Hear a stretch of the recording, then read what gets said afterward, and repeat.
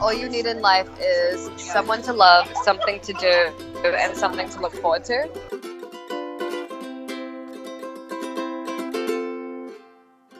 Katie,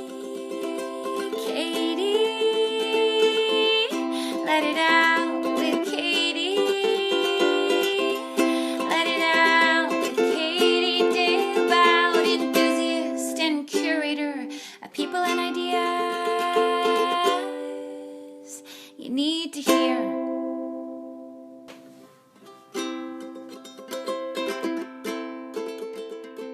Hi, welcome back to another episode of Let It Out, the podcast hosted by me, Katie Dalebout, author of the book by the same name, Let It Out, A Journey Through Journaling, which is available now on Amazon, at Barnes & Noble, or wherever you shop for books. And on this podcast, I talk to the most inspiring, fascinating, interesting, cool, awesome people, and I invite them to let it all out on the show, get really vulnerable and real and honest, and share everything from how they got to where they are, to where they're going, to where they are presently, and really get into the specifics of what their life is like. Because, to be completely honest, in a very selfish way, it inspires me to have these conversations, and I love recording them because then I can share it with all of you guys and have a conversation that's bigger than just me and the guest. So on this week's episode, we have Gala Darling, who is, as many of you know, a very famous blogger and fashionista and author, and just a really all-around very, very cool person. I got to meet Gala last summer when we were both at Kripalu together, and then we had a conversation a couple months ago. As you'll hear in this episode, it was recorded when it was still cold outside, but I just re-listened to it myself, and I love this episode. We talked about so many different things, very tangential conversation. We chatted about dating and relationships. We chatted about body image and style and fashion and blogging and our relationships to ourself. Radical self-care is what she is all about. We also talked about boundaries and our parents and just so many great topics. So I know you're really going to enjoy this conversation. I want to get right to that. And I think that I will. I just want to give you a heads up that Gala was actually working from a coffee shop when we recorded this conversation, so it's really cool. You get to hear the hustle and bustle of New York City in the background. So it was recorded live from her place in New York City and my place here in Detroit, and the sound quality should be pretty good. There was a moment about 15 minutes in where we disconnected on Skype, and then you'll hear us come back, and we're chatting a little bit about working in coffee shops. So I'll let you know when that's happening. But yeah, you should be able to hear it all just fine. There's just some really cool ambiance in the background that is a little bit different from most shows. So I hope you guys really enjoy this episode. And the only thing I want to say is thank you so much for everyone who came out to the live podcast we recorded in Toronto last weekend. And thank you to everyone I got to meet in all the different cities that I went to on my book tour. I went to Chicago, Columbus, Ohio, New York City, Los Angeles, California, of course, here in Detroit. It was just such an amazing treat to be able to meet people who listen to the podcast and have read my book. So thank you so much. If you haven't checked out the book yet, go check it out. I'm really proud of it. I really like it. And I'm really excited for the whole new group of guests coming onto the podcast and just the different topics I'm talking about. And I'm just really excited about the direction everything's going. If you haven't joined the listener Facebook squad on Facebook, please join it. It's a great way to connect with each other, with me, with our guests. So that's what you should do about that. And tweet at me on Twitter. I'm really loving Twitter lately. So I'm just at Katie Dalebout on there. I'm also on Instagram and Snapchat. What's going on with Instagram stories? What do you guys think? I keep doing it sort of, and then also doing Snapchat, and it's just a lot of social media happening right now. So I'd love to know your thoughts and feedback on that. And if you have any questions for me, if you have any questions for Gala, tweet at us both. We will answer them. She's so amazing, and I know that she will get to your questions. So feel free to tweet at her and I. And I will just catch you guys at the end of this episode to let you know who's coming up on the show next week. And I'll talk to you then. All right. I love you guys so much. Thanks for listening. Here's my conversation with Gala Darling. Welcome back, everyone. I'm super excited that we have author and teacher and speaker Gala Darling in the Wellness Wonderland. Her site focuses on radical self-love and she helps millions of people around the world focusing on themselves and self-care and self-love. And she is born in New Zealand, but now she's lived in New York City for many, many years, and came there with a suitcase when she was 24 years old. And as you can hear right now, she's at a cafe in Soho talking to us today. So thanks for hanging out with me, Gala. Yeah, it's my pleasure. Absolutely. So let's dive in with how you started teaching radical self-love and how you define that. So, radical self-love is different for everybody, but I personally think it's about doing what you can to feel good every day.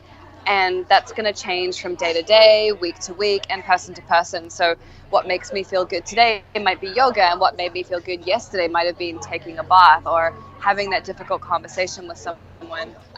So it really differs from person to person.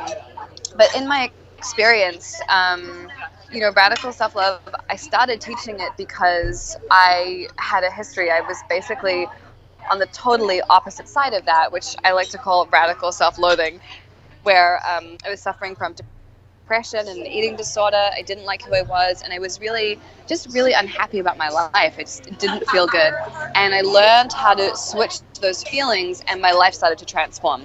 And it was so important to me that it's like my passion is to teach other women this stuff, because I think life can be so beautiful, and it's such a waste when you're living in, self-hatred, or you feel bad every time you look in the mirror, or you just don't have the confidence to go after those things that you really, really want in your life. So it's extremely important to me to teach that to other women.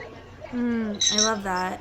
So one area, I really like the fact that it's different day to day. That's like my favorite part of the definition. So one area for me that is particularly challenging and has been the most challenging area for me in my life, and kind of how I came to this work, is finding self-love and unconditional self-love for our bodies. And I think it's easy to find self-love when we're looking the way that we want to look. Maybe that's through behaviors that aren't actually very loving at all, but when we look a certain way, it's easy to love the body. But why is self-love important regardless of how the body looks? And how can we cultivate unconditional self-love for our bodies? I don't think anybody experiences unconditional self-love for their body. I think that's an extremely tall order, and I think if that's what you're going for, then you're always going to come up short, and you're always going to feel bad about yourself. So I think it's important to have just a very accepting point of view, and being able to be open to the fact that the levels of self-love that you have are going to change from day to day. You don't want to set yourself up for this unrealistic expectation where every day you're going to wake up and think, I'm so hot, I feel so good about myself, because I don't personally think that's realistic. And I think it's important to just be really gentle with ourselves when it comes to this kind of work. So I think a lot of it is, I struggle with that as well. I have days where I'm like, I ate too much sugar and I don't feel good about my body, and I don't feel that good about myself. And, I've been working on this stuff very actively for the past decade. So it's really a constant work in progress. And even if you like the way your body looks, for example, there may be ways in which your body, you feel it's letting you down, where maybe you're working too much and your neck is stiff, or you are sick, or you are dealing with some kind of illness. Like, there are lots of ways in which our bodies can feel like they're giving us various challenges. And I think the real key is just to accept those things with grace as much as we can, and still be loving and accepting of ourselves. Because, if you are thinking like, oh, I can't, I don't fully love myself unless I love everything about myself all the time.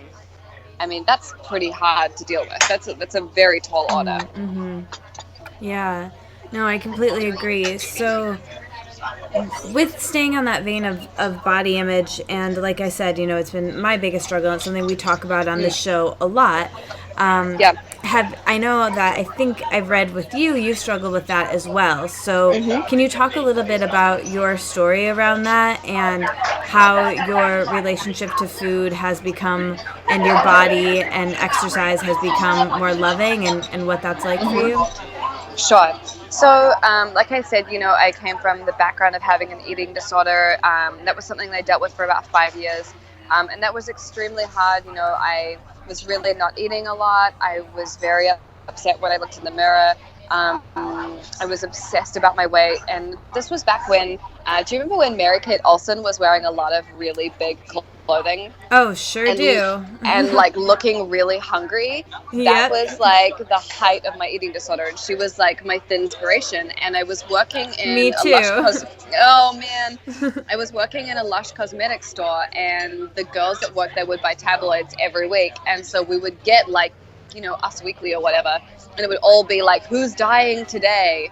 And, you'd look at those photos, and I would look at those photos and think, like, why don't I look like that? Yeah. Well, I don't look like that because I'm not 5 foot tall. Right. And I'm built completely differently. Yeah, and no matter what I did, no matter what I did, I was never going to look like that. But because I was comparing myself to her, I felt like I was always going to come up short. So the real turning point for me was discovering EFT, which I used to basically dismantle my eating disorder overnight, which is a fact that still stuns me to this day. Like, I can't kind of believe that I started using tapping to deal with various elements of my body image. So if I was having a day where like I didn't like my thighs, I would tap on that. And that has been extremely powerful for me. And tapping is still the number one thing that I recommend to people who are dealing with an eating disorder, because it's such a big issue and it can feel really overwhelming to people. And we're also told like it's a life sentence, you're going to have this forever, it has a really high mortality rate, blah blah blah, and none of that shit is helpful. Like, nobody needs to hear that stuff. Right. So EFT has been really instrumental for me. And then beyond that, going to the gym and working out as a way of like increasing my strength and discovering what my body is capable of, rather than going to the gym to be like, I want to get thin, has been really amazing for me too. So discovering what my body is really capable of has really helped transform my view of my body, rather than thinking of it as like, this is just about what it looks like. It's like, how does my body feel? How strong is my body? Like, can I run 3 blocks in high heels? Like all of those kinds of things, which are much more important than just how you look. Yeah. Well, to me at least. Yeah, no, I love all of that. Can we go back to EFT for a quick second? Yeah. So I love tapping as well. I don't do it regularly. One of my first episodes I had on Jessica Ortner, who's like the tapping queen. Awesome. But I would love to know how you specifically used tapping with the eating disorder, and do you still use it in your life now? I do still use tapping, but not as aggressively as I did. So back when I discovered it through my boyfriend, who was very into like all alternative healing. And I would use it like every day. And like basically every kind of internal resistance that came up, I would just tap on it. And I did that for like a year. So I tapped through a lot of stuff. And I really feel like that has laid a new foundation for what my barometer of happiness is, and kind of it just kind of reset a lot of my attitudes about things. And so that was really instrumental for me. But the way that I used EFT for my eating disorder, and this is slightly unconventional, my boyfriend and I took like MDMA, and I used that to get really close to my true feelings and emotions about how I felt about my body. And I then went into the bathroom, took off all my clothes, looked at myself in the mirror, and tapped about my body. And that's the day that it cleared overnight. Yeah. That's And amazing. it's weird. Like, I would never normally encourage the use of recreational drugs, but in my experience, that helped me to get past kind of like the top few layers of kind of superficial shit, Yeah. and it helped me get really deep really quickly. So like I Yeah. said, I wouldn't necessarily recommend that, but that worked for me. So Yeah, that's really fascinating. I've in a lot of in one podcast in particular that I listened to, they were talking about how, you know, using in the 60s they would use LSD. A lot of spiritual teachers would use LSD and talk about it as these ways of having spiritual experiences or taking mushrooms. And I think it's all right, about the intention you go into something with, and I that's agree. really the crucial part of it. So that's fascinating. Thank you for sharing Yeah, that. no, So totally. And I think that those things can really help you to access a different part of your personality or yeah, your, you know, human experience than you would be able to get to naturally. And so I think that those things can be really powerful and really useful when they're used with a positive intention and when you're knowledgeable about what you're doing. right. So with tapping, did you feel like you learned it from your boyfriend? Did you feel like if you were talking right now to someone who's never tried tapping before, do you feel like it's really something that I struggle with? I think as a perfectionist is like, am I doing this right? Like, did Right. I know the points, like I understand what I'm doing with it. And for people listening, if you're unfamiliar with tapping, I'll put the show note in the show notes of the episode with Jessica Orner, and you can learn all about what it is. But I would like to know from you, Gala, like, how did you, you know, when you're saying this, the negative statements and then shifting to the positive Right. statements, how did you Right. know that you were doing it, you know, in quotes, right, I guess? It's one of those things where you don't necessarily know that you're doing it right. It's something that you just have to persist with.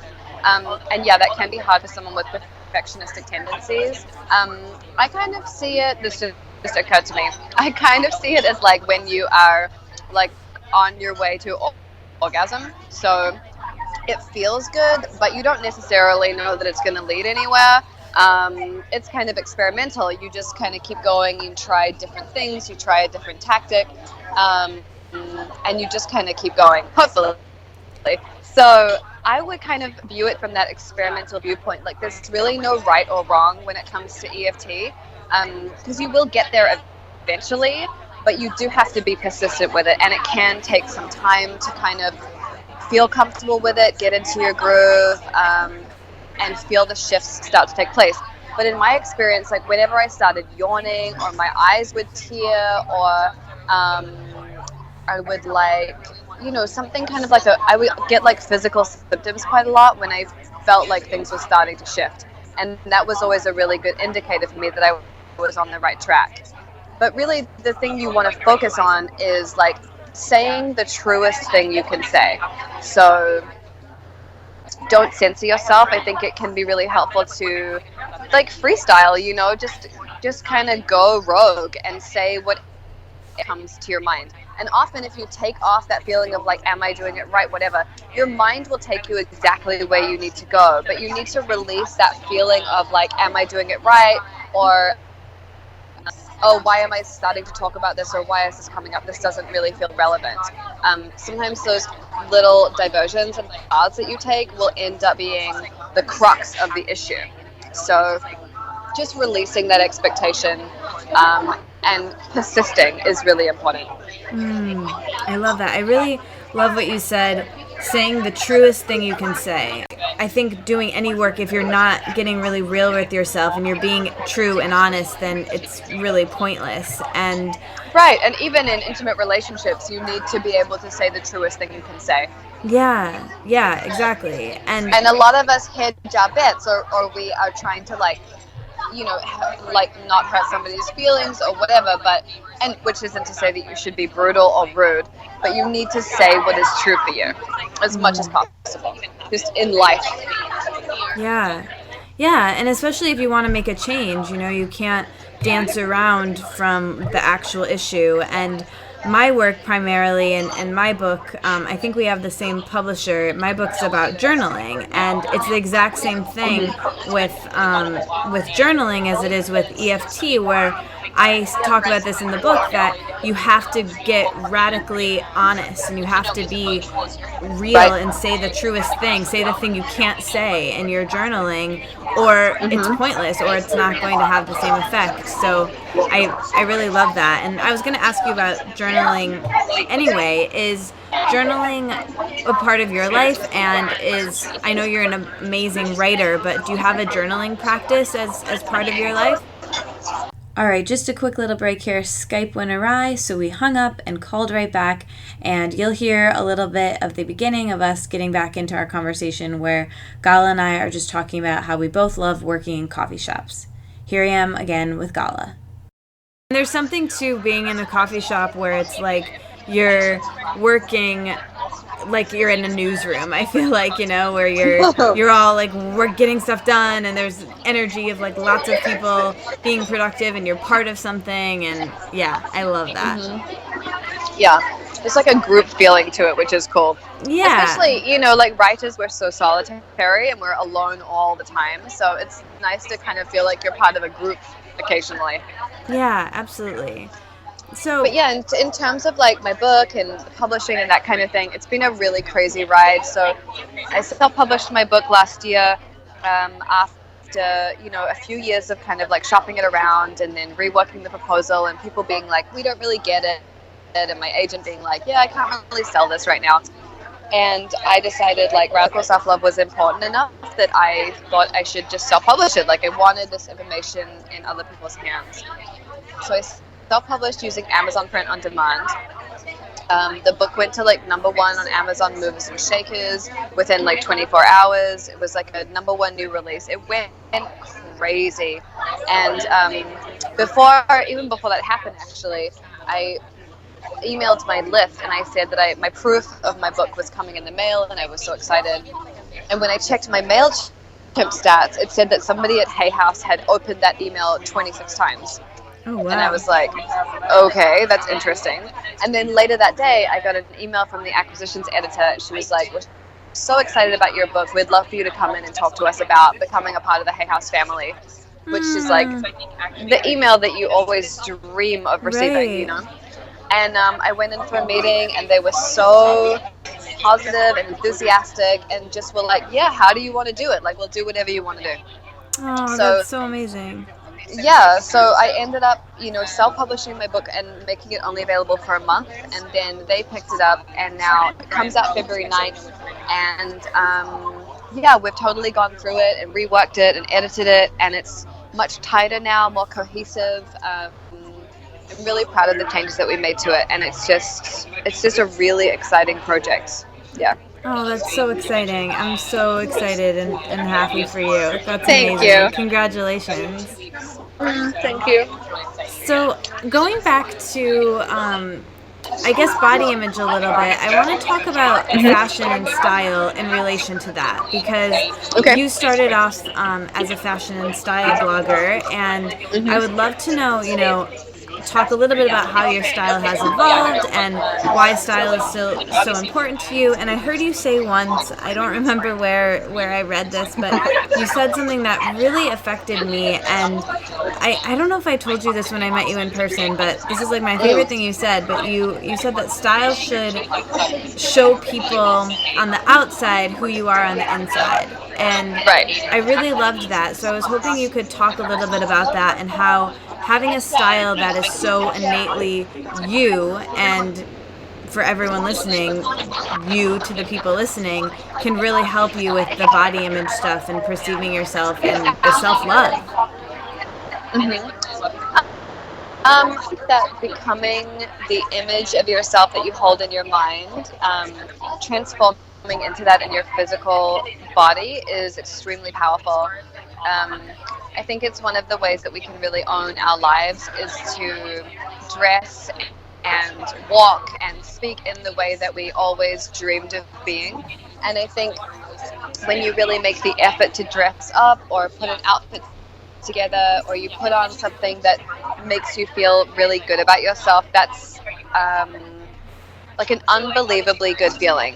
Yeah. And you only have to think about how different you feel when you're in like sweatpants and no makeup versus when you are wearing like bright pink lipstick and like your hair's blown out. You feel like a Yeah. totally different person, and the confidence it gives you enables you to take risks that you might not necessarily have taken in the past. It gives you maybe the bravery to like talk to that person that you are interested in, Leave to the ask for house. to leave the house, to ask for the things you want, whatever. And so I just think that's really important. My mother, I grew up with my mother owning a clothing boutique, and I kind of grew up in the back room. I would leave school and go and sit in the back room of her shop while I like read library books and pretended to do my homework or whatever. And that was really interesting to me because I discovered like women would come in not feeling that good about themselves, and my mother would say, why don't you try wearing blue, or put like a really beautiful brooch on their shirt, and they would feel so different about themselves. It was truly a transformative experience for them, and it became really clear to me the power of dressing and style and presenting yourself in a way that makes you feel really good. Which Yeah. is one of the reasons why I'm not interested in fashion or trends so much. For me, personal style is the most valuable thing, and it's so sexy when you meet someone who knows their style and owns it and doesn't Yeah. care what's trendy. Like, that is so hot, and it's just another way of living in your authentic truth. Yeah, I love that so much. Do you have any specific advice to someone who kind of feels lost on creating personal style for themselves? Like, where should someone start to keep it like Pinterest. organized? Okay, Pinterest. Start on Pinterest. Create a board. You can make it private if you want to, and start to pin the outfits that you see on other people that you like. Ideally, you want them to kind of have like a similar-ish body type to you or whatever, just so you can kind of visualize what it might look like on you. And then those images in one place, and maybe go through it like once a week and start to pinpoint like what it is that you like about this outfit or these outfits generally. So is it like, do you like it because it's flowy and kind of bohemian? Do you like it because it's structured and monochromatic? Like, what are the elements that tie all of these things together? And you might find that there are like a couple of very contrasting styles that you like, but you can distill those down, and you can always combine them kind of further down the track. And I then love that. and it's great to like get your favorite images, print them out, and then stick them up near your wardrobe or your closet, so that when you're getting dressed, you can be like, oh yeah, I'm gonna try that idea. Yeah. And make it like a fun, sexy, Game. sensual experience. Like, spend some time in front of your closet, like one night when you have nothing else to do, and just put outfits together. Try stuff on, see what works and see what doesn't work. Most people don't take the time to play with their clothes, and when you don't play, you're going to get stuck wearing the same thing over and over again because you're not Right. going to know what would work. The other thing to do is take outfit photos. So even if you just set up the timer on your iPhone, take a photo of your outfit every day before you leave the house. It's way more telling than like looking in a mirror, which is not necessarily always that realistic. And you also then have a record of the stuff that really works. So if it's like Tuesday and you're in a rush, you can look through your photos and be like, I love that outfit, I'm going to do that again. Right. Oh, I And love that. and then as you start to become more comfortable with that, you'll start to realize the patterns. Like, you'll start to realize what shapes work for you and what silhouettes you feel best in and all that kind of thing. Like, I can tell you exactly what shapes of things I wear, and what colors I wear. So, I feel like the most well-dressed people don't have a closet full of totally disparate things. They stick to like 5 colors and the same 2 or 3 shapes of skirt and the same 2 or 3 different types of shirt or whatever, and they know what works for them. And it's just like subtle changes and differences. Yeah. And when you have a wardrobe like that, it's kind of cohesive. It's easy to put things together, and you already know that everything is going to work together. Right. And I think for people who have had body image issues, getting dressed can be such a challenging thing. You know, I know for me, if I have things, you know, that might be older, that don't fit anymore, it's almost, I'm almost fearful of some clothes at some times because I put them on and then I automatically, something that fit before, I feel bad about myself. And so knowing that every outfit I have works and works well and fits well is fantastic for decreasing stress and anxiety around that. Totally. And having a better day. And I love that. And I especially loved what you said about making the Pinterest especially for people that have your same similar size. And that, it kind of goes back to what we were talking about the Olsen twins, because that was exactly me. I wanted to look like an Olsen twin, and that's not the body type that I have. And it's, I think it's really easy to look at someone's style who doesn't have your body type and want to emulate that, but really purposefully seeking out people who do have a similar body type and shape to you is really the only effective way to make this actually a self-loving experience. Right, and I think looking at a wide variety of like fashion bloggers, for example, can be great for your body image too, because you see that you can look amazing no matter what your size is. You know, you could gain 20 pounds, you could lose 20 pounds, and you could still look fantastic. Like, there's really no limitations on that. But that's the thing, it's like if every image you're pinning a girl with a thigh gap and she's wearing skinny jeans and over the knee boots, and you don't have that body shape, or you're an hourglass figure or whatever, if you try and put that on, it's not going to look like that, and you're going to feel shitty about yourself. So you have to be like, just kind of be real about like what that's going to look like on your body. And especially if you're coming from a place of an eating disorder or body image issues, we don't have a realistic idea of what we actually look like.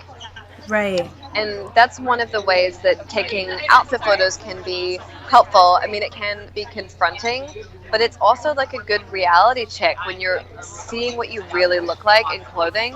It's information that helps you to make better choices in the future. But really, a lot of this is just about like being organized, but also being playful and having fun with it and all of that kind of thing. Like, you might be at the stage of like, you just want to wear black because you don't want to really deal with your body, and that's totally fine. But if you do that, like, wear like a pink headscarf, or, you know, wear some like emerald green shoes or something. Like, make it fun for yourself still. Gala, this is blowing my mind right now. Oh. This is like seriously so helpful for me in particular. Oh, that's so good. And hopefully everyone listening. But yeah, I mean, the piece about really not knowing, you know, exactly how your body looks from coming from this place, I really relate to a lot. And even to the point where, like, you know, I might in the morning feel awesome and like look in a certain mirror and feel amazing, and then I'm at a coffee shop around 3 and I see myself in a window and I like have a weird look and I feel terrible about myself, and then later in the day I feel worse or better, whatever. And it's like, I couldn't have fluctuated that much in a day. It's all in my mind, but like, it doesn't matter. I still can feel terrible about myself. So it just goes to show that, you know, it's really about checking yourself and just knowing that it's all kind of an illusion. Right. And also like knowing which mirrors to avoid. Yeah. Like on the street that I live on, there's like a place that has like an outdoor marquee, and one of the walls of it is very reflective, but it's kind of distorted, and so whenever I walk up to it, it makes me look enormous in the middle, and if I look at it, it makes me feel terrible. So I have a practice of like, I don't look in that mirror, because it's not a realistic reflection of how I look, and I know that if I see that, I'm gonna be like, oh, I look like shit right now. So, you know, you have to know like where to look at yourself. Like, there are a lot of stores with like terrible fluorescent lighting, or, you know, whatever. It's like, you don't want to look in the mirror in those places. So just don't torture yourself and don't do it. Yeah, a 3-way mirror is always jarring. Like, I think a 3-way mirror in a department store is like should be avoided at all costs. Like, I recently had an experience where I was trying things on, and my friend called me after, and we were catching up, and she was like, how are you? And I was like, I was trying things on in a three-way mirror, and then we both were just like, that is never a good situation. She was like, oh. No.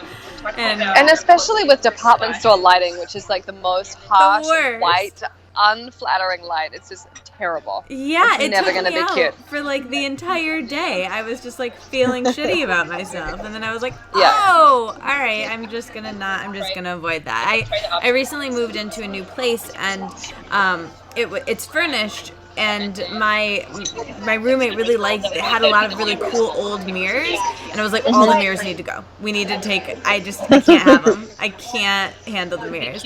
And just doing things that are, yourself, and that like maybe someday, maybe in 5 years, in 10 years, I'll be cool. But right now, I'm just not in the place where I can really handle it. So I think in a lot of ways, it's like being in charge of your life and being a mature, responsible woman is about knowing what's going to hit your buttons and avoiding it. Yeah. It's like clicking on the clickbaity articles that come up in your Twitter feed when you know that this is already going to upset you, but you click it anyway. Right. Just resist the urge. It's about having the discipline, self-discipline, and self-knowledge to like avoid that shit. So if for you, it's like having mirrors on every surface, just don't torture yourself. Yeah, totally. Yeah, I love that. This is so good. So like I feel like you have to honor yourself where you're at. Yeah. And in an ideal world, you would be able to walk past every mirror and be like, you're a fucking babe, this is awesome. But we're not all there yet, and that's okay. And so you have to be gentle with yourself and not expect that you're going to have that all sorted out immediately, because you just don't, and that's okay. You'll get there. Yeah, and that's radical self-love, is to know that about yourself.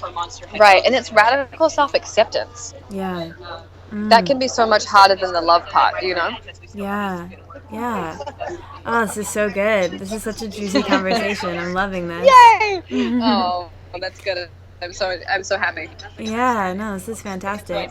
So another thing I ask everyone who comes on the show is, what do your mornings look like? Can you tell us the first 3 things you do when you wake up in the morning, and how that affects how the rest of your day goes?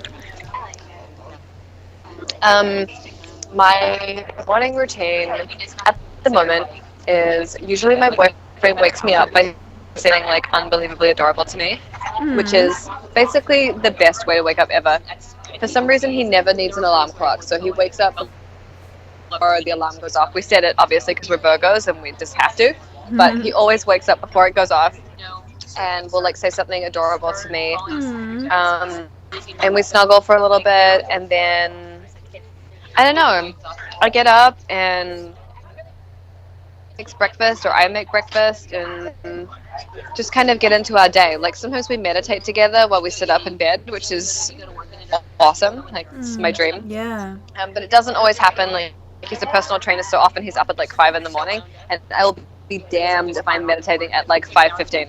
That is not my idea of a good time. So, so we wake up, we have breakfast, he goes to work or whatever, and then I start writing. Like that's really what I do. Cool. What kind of meditation do you guys do? I don't know. I think he like visualizes the things that he wants to do. He's a martial artist. He does a lot of fighting, so I think a lot of the time he's focusing, visualizing various moves or sequences and putting them into practice. So he is a very active meditator. My technique is I just sit there, and when thoughts come up, I just kind of wave them away, and I smile while I meditate. I love that. Really simple, but it works for me. I love that. So, how did you guys meet? We met on Tinder. Oh my gosh, no way, I love it.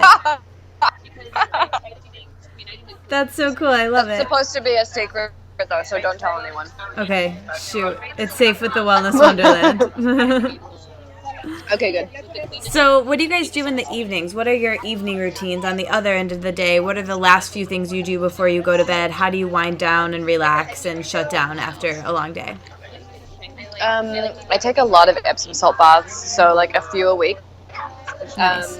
And that's also kind of like my ritual space too. So I'm in the tub and I'm by myself and I have candles going. It's really easy for me to like tap into that part of myself where I want to like work through something or whatever. And so a lot of my bath time is almost like prayer, but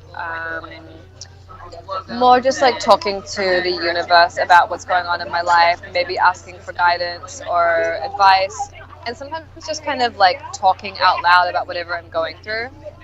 Um, so I do a lot of that in the evenings. And then, I mean, he and I just like to relax. Like, we both work really hard. We lie in bed. I have a projector in my bedroom, so we just lie in bed and watch movies. And, like, lie close to each other. And, yeah, I mean, that's really what we do. It's pretty chill. Pretty chill. I love that. I love that you have a projector. I want to come over and have a sleepover. Totally. You're welcome anytime. That sounds so fun. Yeah. So I just remembered that I wrote in the listener Facebook group that you were coming on the show, and we have some listener questions. Do you want to burn through a couple of those? Yeah. Okay, cool. So let's see what people said here. So this one comes from Cynthia, and she says, any advice on how to deal with family members that drain you? Can't get rid of them, but at times they can really bring your energy levels down. Any thoughts on that one?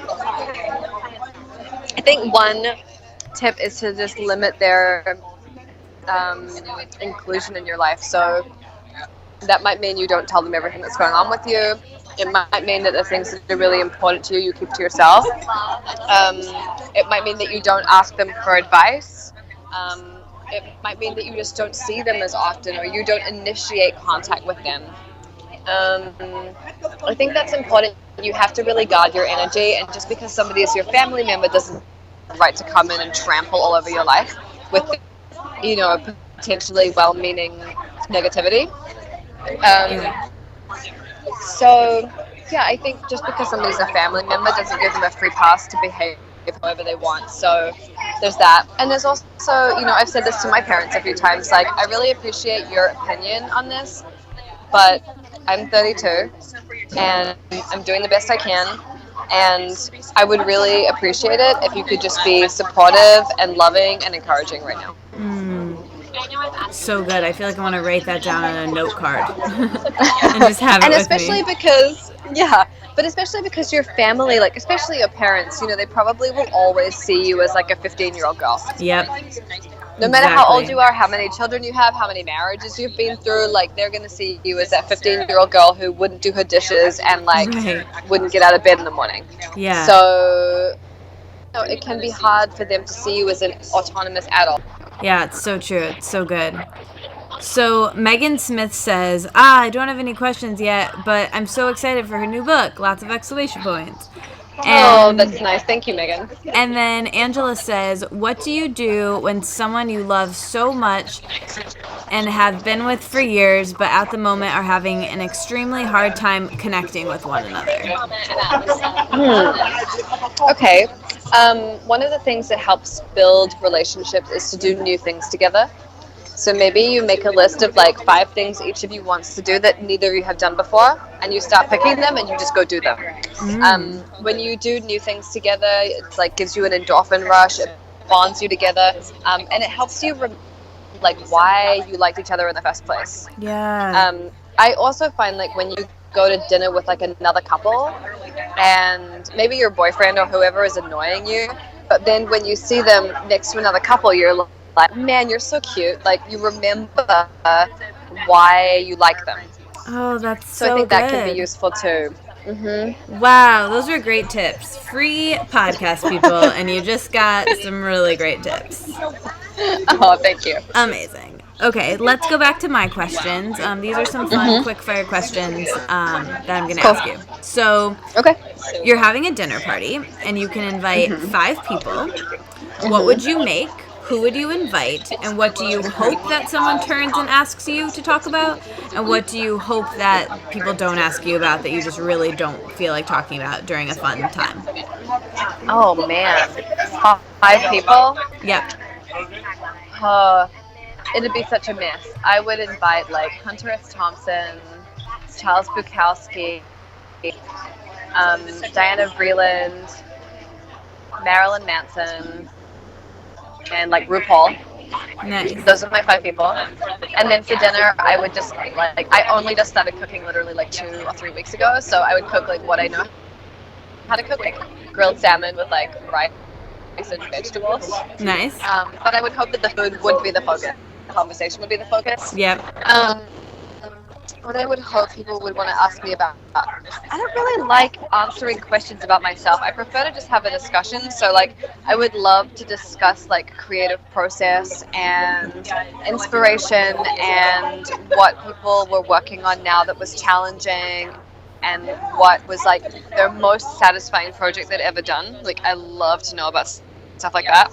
Cool. And in terms of things I wouldn't want to talk about, like, I don't know, politics or, like, war or something, like, I just don't want to go there. Yeah, war is not fun to chat about. No, like, I never want to discuss that with anyone, basically. Yeah. Nice. Okay, what is the best advice you've ever gotten, and what is the worst advice you've ever gotten? It's hard to say because I feel like I hear smart little tidbits all the time. My father recently said to me, all you need in life is someone to love, something to do, and something to look forward to. Ooh, that is good. I love that. And I was like, damn, Jonathan, like, that's impressive. Yeah. I love that. I thought that was really good advice. In terms of worst advice, I think anyone who ever told me, like, that's the way it's always been done, or you should just keep your head down and just do what they ask you to do, that's always shitty advice. I don't get down with that at all. Yeah. That's so good. I'm still, like, thinking about, and I was writing down the good advice piece. That is just so good. I love it so much. Here's another. Yeah, it's very wise. Very wise. So wise. Yeah, so wise. So here's another one. You're trapped on an island, and you can only bring with you one TV show to binge watch, one person, and one book, and one food. What would you bring? Okay. TV show. Maybe like Sex and the City. Man, I love that show. Yeah, that would be smart. There's a good library of And there's that. like 6 or 7 seasons. Like, it'd keep you busy. For sure. Person, I would want to take my boyfriend, even though he would definitely not want to watch Sex and the City with me, I'm pretty sure. Book, I would want to take. I'm trying to think something I've read over and over again. Maybe Dangerous Angels by Francesca Lia Block. You've read that, right? No, I've never even heard of it. Dangerous Angels? Oh my god. I need you to go on Amazon right now. Okay, I'm going. Buy it. It's gonna blow your mind. It's like a modern punk rock fairy tale set in LA. Cool. It's so good. So it's like 4 or 5 books within one. And one of the books is called Witch Baby. And when I was like an angsty 13-year-old girl, I was Witch Baby. Like, I identified with this character so strongly. Although now I think I'm more of a Weeksy Bat, and you're definitely more of a Weeksy Bat character. Ooh. But you need to read these books. They're just so beautiful. And they are, I can't even tell you how good they are. Okay, so, it's in my Amazon cart, so that's what happened with that. Cool. So I would take Dangerous Angels. And as for food, like, I don't know, I'm assuming we're on a tropical island, so I think I just like the pineapple. Keep it simple. Yeah, nice. Can't go wrong. Refreshing. Mm-hmm. Cool. Good vitamin C, you know. Yeah, totally. Speaking of food, what's the best meal you've eaten recently, like in the last few days or week, I guess? Let me think. I mean, I've been cooking a lot, and so I'm kind of amazed by the fact that I can make food. So all the things that I've been making have been great. So like salmon or tilapia or even like scrambled eggs with turkey bacon and stuff like that is all tasting really good to me right now. My boyfriend was like, because he's very cynical, or not cynical, but like skeptical. He's like a hardcore atheist. And so, I talk about magic all the time, and he's always kind of like, okay. And he was like, cooking is like the real magic. Like, it's magic that you can put in your mouth. And I was like, ooh. Yeah, it's kind of true, actually. That should be like a name of a restaurant or like a chef like book or something. Magic you can put in your mouth. I know, right? Somebody trademark that. I know, exactly. It's so good. It's so good. So you've lived in New York City for how many years? A bunch. What is Since your 2008, so a like yeah, lot? 8 years, I guess. Man, Yeah. So what's your favorite part of living in New York City? I love the energy of the city. It's the only place I've ever been where I felt like the energy of the city matched my energy, and that's like a really awesome thing. Um, I love that people here have a reason to be here. Everyone's working towards something, keeps me motivated. And I Cool. love the variety of the city. Like, you can find anything you want. There's adventures everywhere. But at the same time, like, if you want to stay in your house and be cozy, like, we're supposed to have a snowstorm tomorrow. So, and my best friend is visiting from Portland, Oregon. So it's going to be me and her and my boyfriend, like, holed up in my apartment. You can do that, you know. You can have, like, a cozy time. You can have somebody deliver anything you want to your apartment at any hour of the night. I don't know, man. It's like Disneyland for adults. Such a great city. So cool. Wellness Wonderland. So you've also been working for yourself for a long time. So what are some lessons you've learned and some advice you have for having your own business and having a blog specifically? Having a blog is challenging now because, the business model has shifted so many times. I think my first piece of advice for anyone who does business online is that you have to just continue evolving all the time. Not rest on your laurels, don't get comfortable. You always have to keep innovating and being creative. Not just for your audience, but for yourself. Like, once you start to get bored and the passion starts to trickle out of it, people can tell and they will get bored too. So when it comes to creating anything, it has to thrill you first, and that should always be your primary goal, is that it excites you and it inspires you, and then the people that want to find it will find it, and everybody else can go look at something else. So I think that's like 3 pieces of advice. No, that's great. So podcast. keep evolving, create for yourself first, and just don't get complacent. It's the beginning of the end when you get complacent. So good. This is so inspiring, so wise. So, speaking of wisdom, what advice would you give your 25-year-old self? Oh, man. 25-year-old self. I had been living in New York for like 6 months, maybe. What advice would I give? I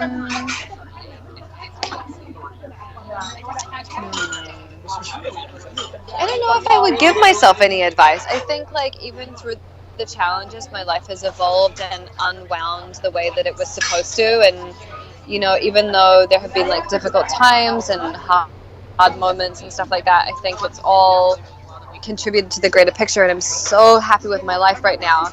And maybe without those twists and turns, like, I wouldn't have met these people or had these experiences. So I think my advice would just be, like, keep loving, have an open heart, enjoy your life as much as you can, and don't take things too seriously. So good. I love that. What's your favorite thing to have for breakfast? Turkey bacon, scrambled eggs, and English muffin. Nice. Not exciting at all, but it's delicious. What's your favorite movie? Or a favorite movie, like, of right now? Either way. The Addams Family probably is, like, my all-time favorite. And, like, Bring It On, maybe. Those are probably, like, my top 2. Oh, nice. I love Bring It On. And those 2 movies, like, could not be more different, but I love them both equally. Oh my gosh, no, it's so great. It's such a good group. What's your best Halloween costume that you've either been or seen on someone else? Last year I was a witch cheerleader, so it was like a cheerleader's costume, and it said witch across the chest. Cute. It was adorable, and I felt so good in it. Did you make it? No, I bought it online from this shop called Glitter for Dinner, and they have all these, like, crazy costumes and stuff. It was really fun. Cool. And when I was 10, I was like a headless horseman, where I had, like, my friend and I had these, like, extra large men's shirts, and then we made, like, a weird, like, rig thing out of a coat hanger that we had on top of our heads. So, like, the shirt came up above our heads, and then, we carried, like, heads with us. It was pretty fun. Oh my gosh, that sounds really fun. My friend, someone that I knew, he was a like a vampire or something, like when he was a little kid, and his mom, like, painted his his face and everything, and he had like everything, and he looked in the mirror and he was so scared of himself that he peed himself. So he couldn't go out. So I always think of that on Halloween. It's like my favorite story ever. That's adorable. Isn't I have a that photo so of funny? myself as Jack the Ripper one Halloween when I was like 8 years old. I was really into serial killers. It's really weird. And like I had this doctor's bag over my shoulder, and in like coming out of the bag was like a mannequin's hand that I had like painted like fake blood around the wrist of and stuff. So intense. What a crazy kid. Oh my gosh, that's so funny. This is like kind of not related at all, but reminds me of like seeing a hand. The other night, I had like fallen asleep in a really weird position, so I like fell asleep on my arm, and then my arm had like fallen asleep, my whole hand. And like the circulation was cut off, and I looked down, I woke up and I saw this hand, and I was like, oh my god, whose hand is that? And I like touched it, and I didn't have any feeling in it, so I like scared myself with my own hand. It was the funniest thing, and I haven't been able to like tell anyone about it because it like just happened. So that's awesome. I love that. That is the worst thing when you fall asleep on your arm and you have to use your other arm to like move it. Oh my god, and it's like a piece. It's like heavy, and it's so heavy. Like you wouldn't think your arm is that heavy, but it's literally just like a big piece of meat. I know, it's crazy. Oh, it's so funny. So anyway, I love that you scared yourself with your own hand. That's adorable. God. Who the hell is in my bed? Like, what is going on? And then it's so cute. It was so weird. Favorite book, or did you already say it? Is it the one I just bought? Yeah, I think Dangerous Angels, I think, is my favorite. Nice. Favorite song or favorite song you've been listening to right now? Oh man, what do I like right now? I like Folger's Crystals by J. Cole. I've been listening to that a lot. The new Justin Bieber album is like rocking my world. It's so good. What else am I liking? I saw Straight Outta Compton the other night, but like finally, and so I've been listening to like a lot of like NWA and Ice Cube. I need to see it. I still haven't seen it. Oh my god, it's brilliant. And the casting is so good. Like, Tupac looks like Tupac times 100. It's insane. Ooh, it's like more Tupac than Tupac. Yeah, I really need to watch it. I've been wanting to. Oh, it's so good. One of my favorite things I've seen in ages. Oh, good. All right. Done and done. That and my new book. Great. Nice. All of my entertainment. They're like totally diametrically opposed, but in a brilliant, contrasting, wonderful way. And then I'll dance to Justin Bieber to cool down from it all after. Exactly. Justin Bieber's like the middle ground. Yeah, exactly. Linking the two together. Yep. So, what is your favorite thing about your life right now?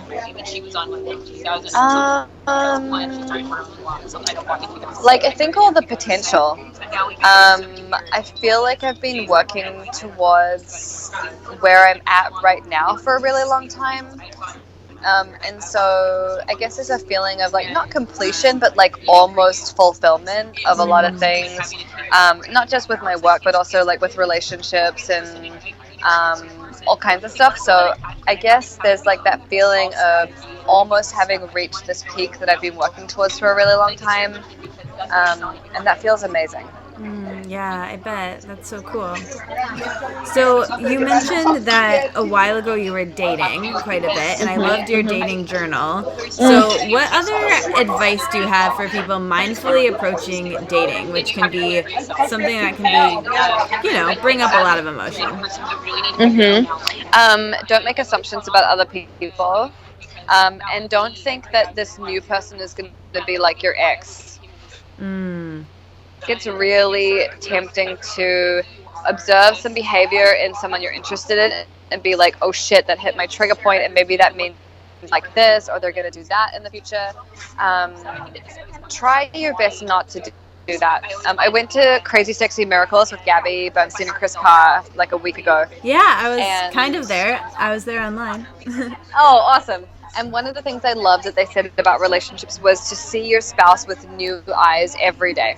So try to see them without any preconceived notions, without the story, without the baggage, without any of that stuff, and just see them in a fresh way. And I think if we can do that with, people that we're in a new relationship with, that's really powerful. Yeah. Don't drag your old story into the new relationship. So good.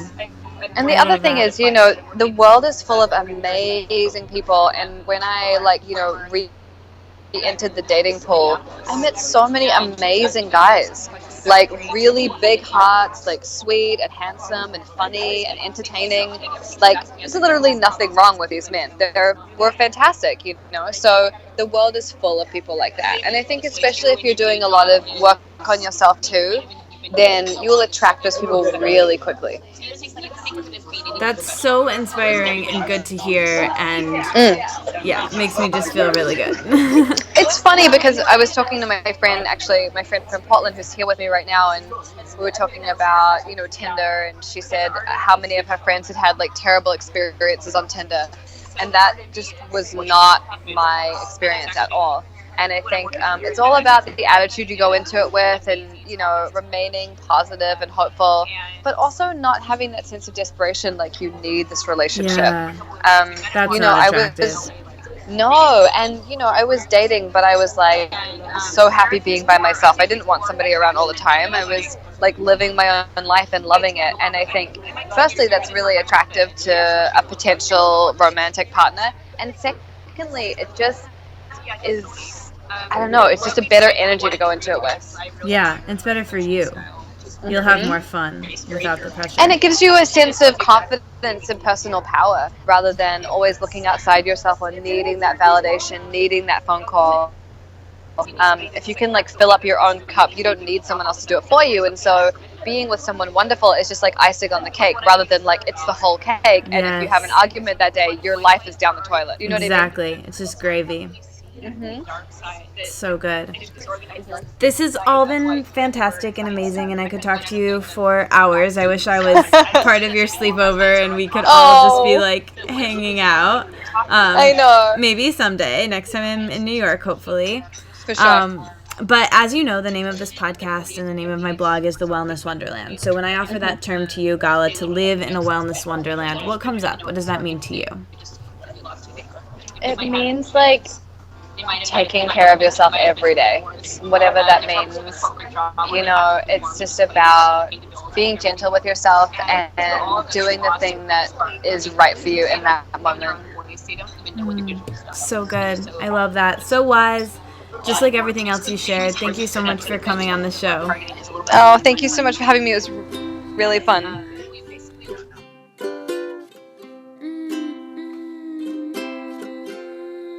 All right, so there you have it, my conversation with Gala Darling. What a cool person. She's so creative and kind and interesting, and I'm so glad to have her in my life. So I hope you enjoyed this conversation as much as I did and found it inspiring or insightful or fun.